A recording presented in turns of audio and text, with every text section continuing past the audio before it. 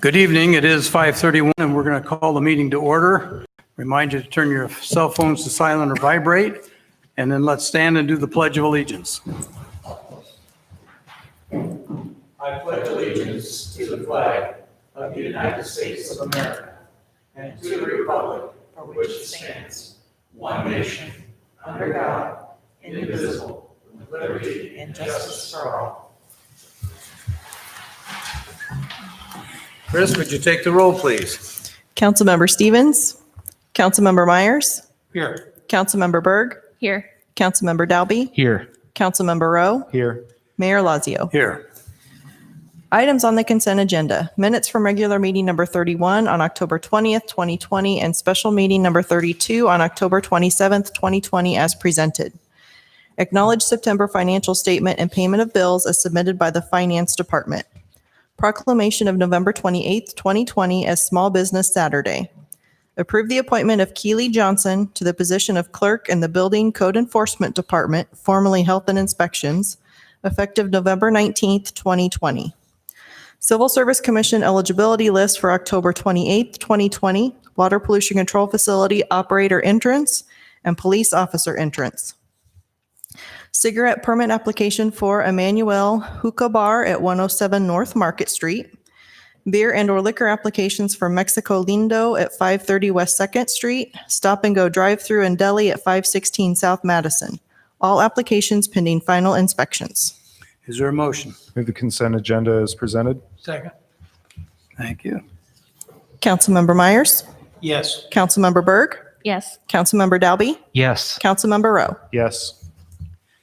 Item C, I'll need a motion for approval of tonight's agenda. Move the approval of the agenda. Second.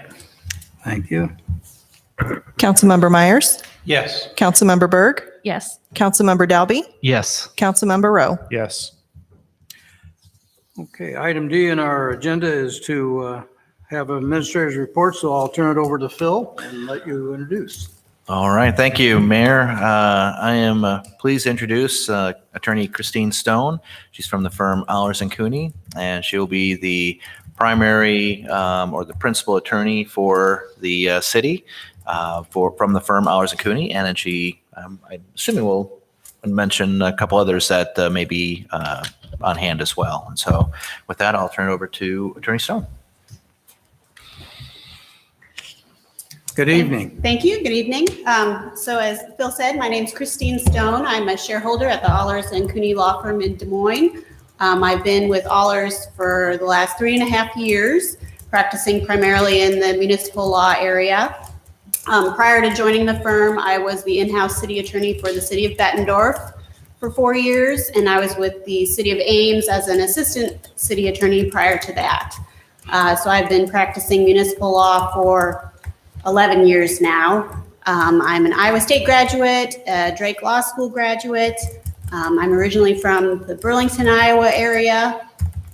Our firm has done work for the city of Ottumwa for a number of years, so we are very happy and excited to expand the services that we're providing to your community. In addition to myself, you will probably see Maria Brownell and Jenna Bishop. They are two other attorneys who practice in the same area as I.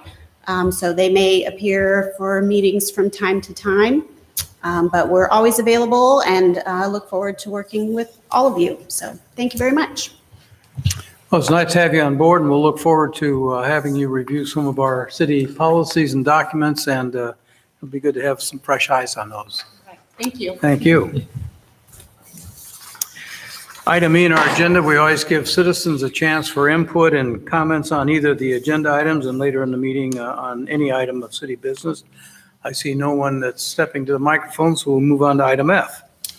Authorizing the IT manager and finance director to solicit requests for proposals regarding a replacement phone system for the city of Ottumwa.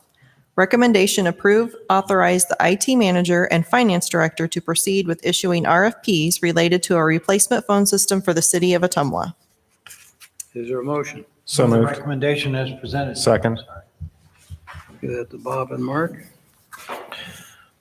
I volunteered to pinch hit on this. I have reviewed the RFP process as well as The finance director, Kayla Mulder, and Edward Wilson had put it together.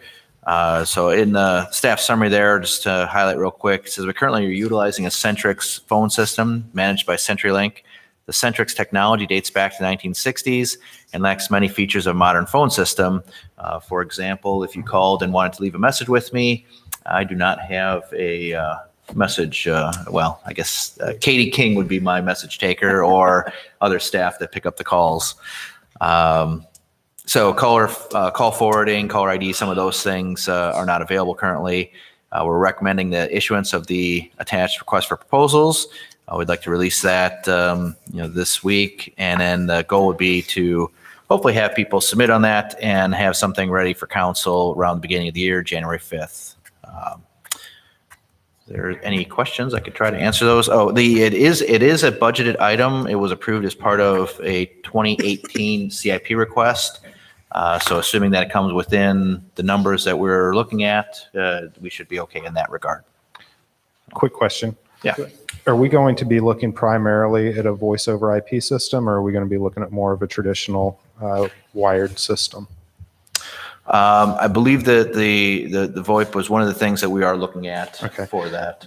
And maybe this is a question more specifically geared towards Edward, I'm not sure, but do we have the technological infrastructure to accommodate that if that is the system that we go with? Or are we going to have to make additional purchases on our computer infrastructure to make that happen? That should be all part of what we're looking at with this current RFP. Okay, cool, thanks.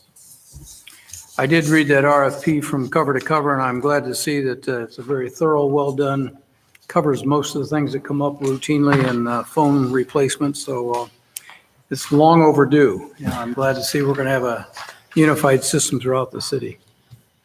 Any other questions for Phil?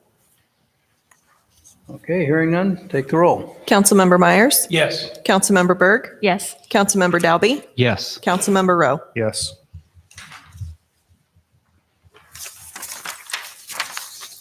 Approve the purchase of an 18-inch and 42-inch inline check valves for water pollution control facility. Recommendation: approve the purchase of an 18-inch and 42-inch inline check valve from Onyx Valve at a total cost, including estimated shipping, of $14,750 for the water pollution control facility. Is there a motion? So moved. Second. Thank you. Good evening, Larry. You have the floor. Thank you, Mayor, Council. The 42-inch check valve costs $11,666 and will be used at our Orchard Street pump station. There's currently a sluice gate at the river structure, which must be manually operated to keep shut once the river is above the invert of the pipe. The check valve will automatically open and closes with a difference in head pressure, so gravity flow can continue to higher river levels, reduces the amount of flow that ends up being pumped. The 18-inch check valve cost $2,586 and will be used at Leroy Anderson's location to prevent the flash floods at Harrell's Branch from backflowing through the levee. These valves have a 1-year warranty, but a life expectancy of 25 years, very similar to the Duckbills that we have an item on later. Even though they only give a 1-year manufacturer warranty, they have a lot more service life. Water pollution control facility budgeted a total of $137,000 for repairs and improvements to these 2 levee outfalls, and the funds will be taken out of this account. Any questions for Larry? Hearing none, take the roll. Councilmember Myers? Yes. Councilmember Berg? Yes. Councilmember Dalby? Yes. Councilmember Rowe? Yes.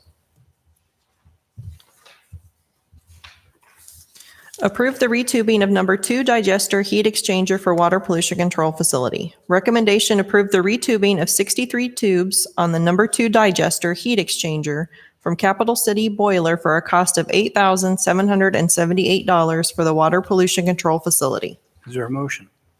Move the recommendation as presented, Your Honor. Second. Thank you, ma'am. Go ahead, Larry. The digester heat exchangers are used to heat the sludge to an optimum temperature for the proper growth of the methane-producing bacteria, and in turn, we use the methane as a heating fuel. Without the methane, we'd be required to use natural gas to heat the sludge. Without the heated sludge, the digestion process of the bacteria eating sludge, which is the food source, would not happen and increase the volume of sludge that would be needed to be land applied or pressed, which would increase our overall cost of our plant operation. The wastewater plant had number one retubed last year, and number two is the same age, which is 23 years old. Doing this now will prevent any problems if we begin to leak and we were unable to use the boiler to heat the sludge, as happened last year. Repairing just one tube cost $1,300 in 2019. This project will replace all 63 tubes for $8,778.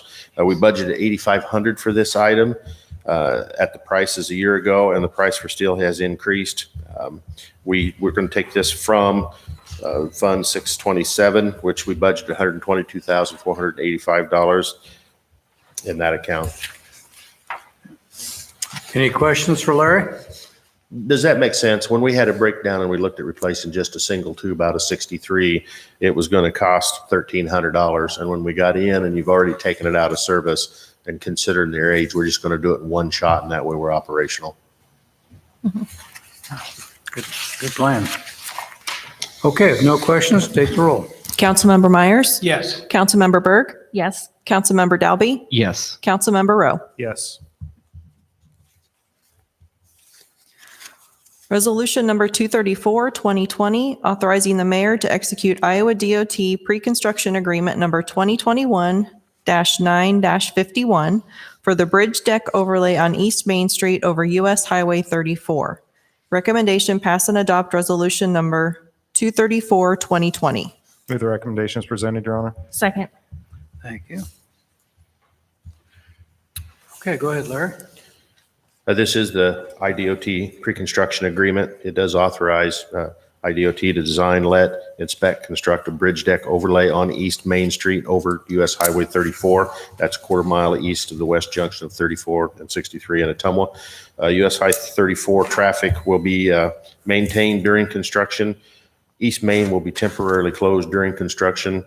The Department of Transportation will furnish and install all required barricades and signing for the closure of the project and shall remove the same upon completion of the project, and also at no expense or obligation to the city of Ottumwa. I will say in this agreement, if there's additional traffic control off of the project, very similar to the Park Ave Bridge, we'll do that. They do the main part right at the closure and the pre-warning and stuff, but if we want to route them a specific route in town, we'll do that. It's not a lot of options, but fairly simple. The DOT will bear all costs of this project, again, just like the other bridge in town. Any questions for Larry? So Larry, so the bridge replacement then would in fact be very similar to the Park Avenue Bridge? No, this one was a complete replacement. This is going to be a deck overlay. It's very similar to what they did on the Wapello Street extension, where they come in and mill off a couple inches and then rebond the deck on top. They are going to improve the guardrails and some other stuff at the same time. Thank you. Okay, any other questions?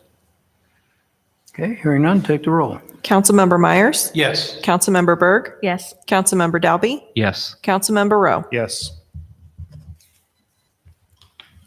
Resolution number 235, 2020, accepting the work as final and complete and approving the final pay request for the Water Pollution Control Facility Clarifier Repaint Project. Recommendation, pass and adopt resolution number 235, 2020. Move the recommendation as presented. Second. Thank you. Go ahead, Larry.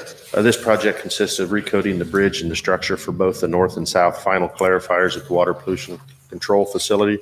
Wilco Inc. of Omaha, Nebraska has completed the above reference work according to plans and specifications. This will authorize approval and final payment, releasing all retainage. The final contract amount after two change orders is $59,600.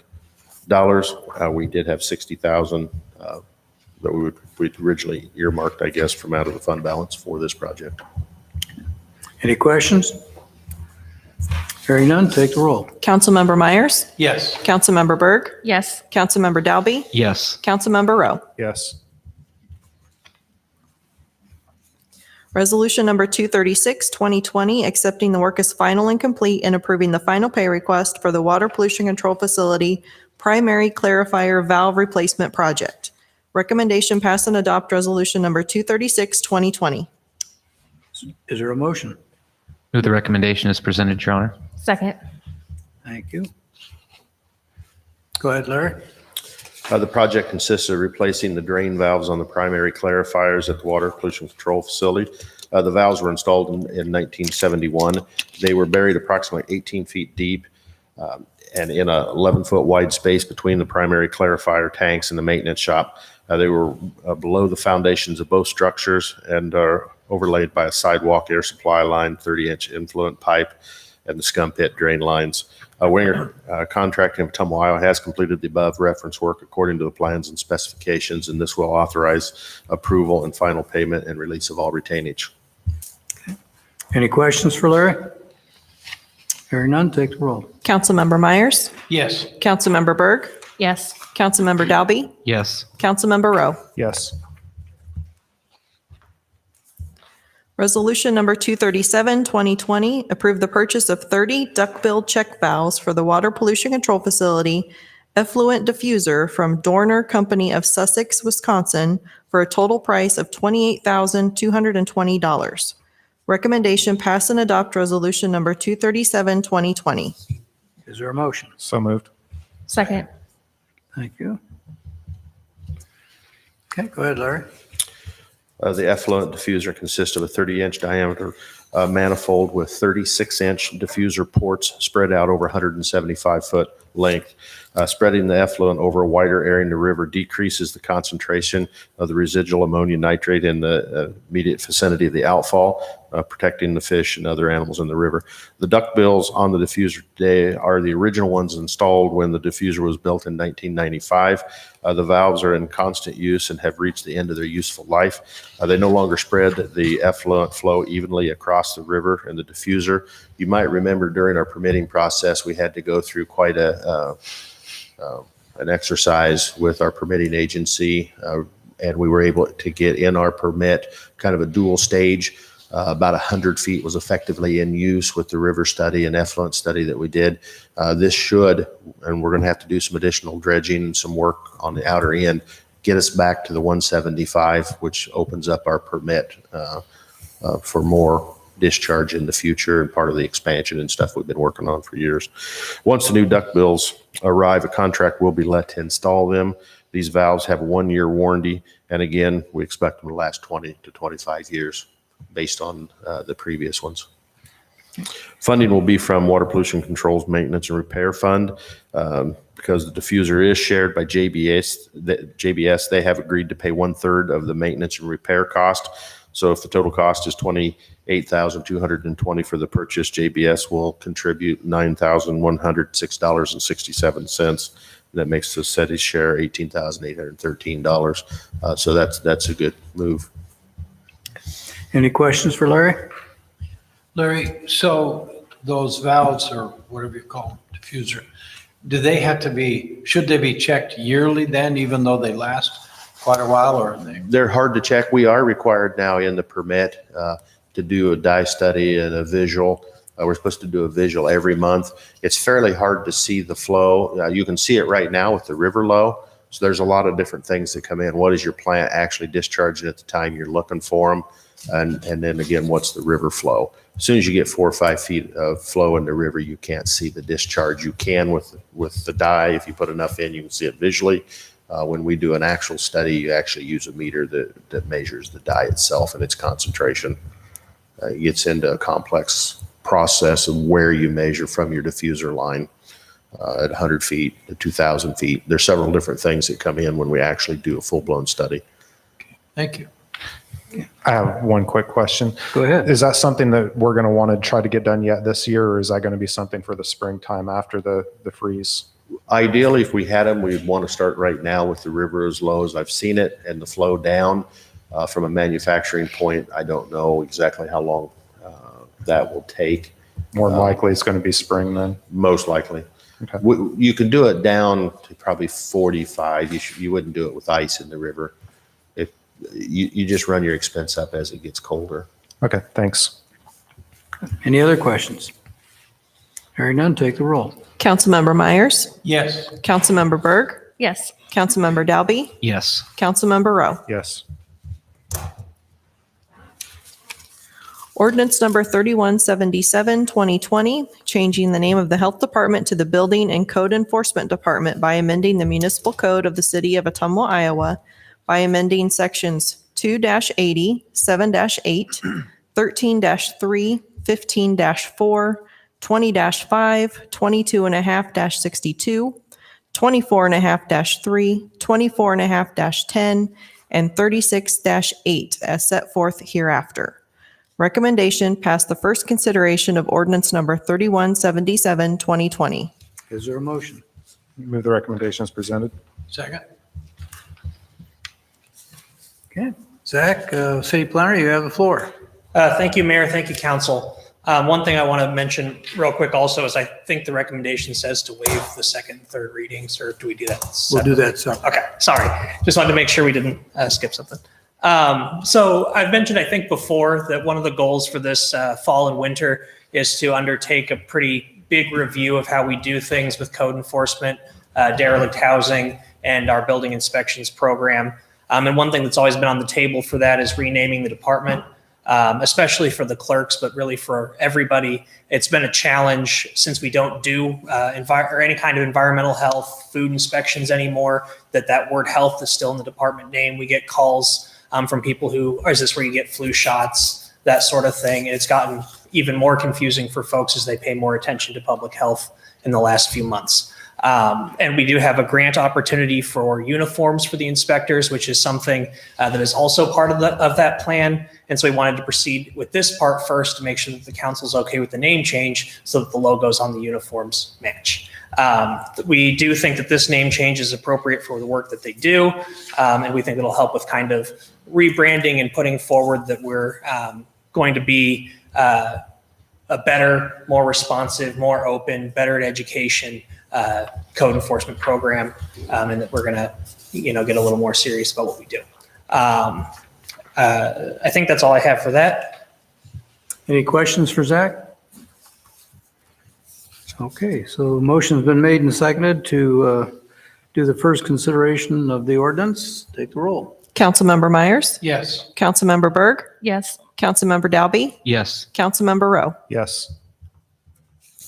Waive the second and third considerations, pass and adopt ordinance number 3177, 2020. Is there a motion? Move recommendation B as presented, Your Honor. Second. Thank you, Holly. Any other comments you want to make? Just, No, I Okay. think that's everything. Thank you. all right. Any questions for Zach? Hearing none, take the roll. Councilmember Myers? Yes. Councilmember Berg? Yes. Councilmember Dalby? Yes. Councilmember Rowe? Yes. Item J on our agenda is the public input, and we always give citizens a chance to bring anything of city business to the attention of the council and administration. So I see nobody in the audience that's going to do that tonight.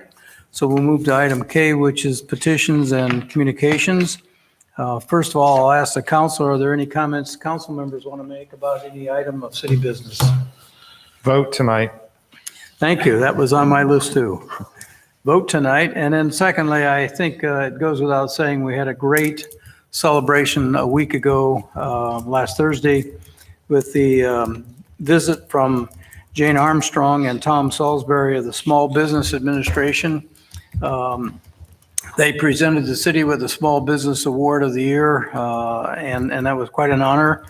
And then that tied in very nicely with the ribbon cutting of the streetscape project, which is a completion of a 2-year project downtown, and very proud. And I think we've had a lot of nice coverage and compliments about the work of our departments that have worked on that, both Parks and Public Works, along with regional planning. So it's a beginning of a new look to downtown, and I'm glad to see that finally come to fruition. Any other comments or questions? If not, I would entertain a motion to adjourn. So moved. Second. Councilmember Myers? Yes. Councilmember Berg? Yes. Councilmember Dalby? Yes. Councilmember Rowe? Yes. And I have 5:55.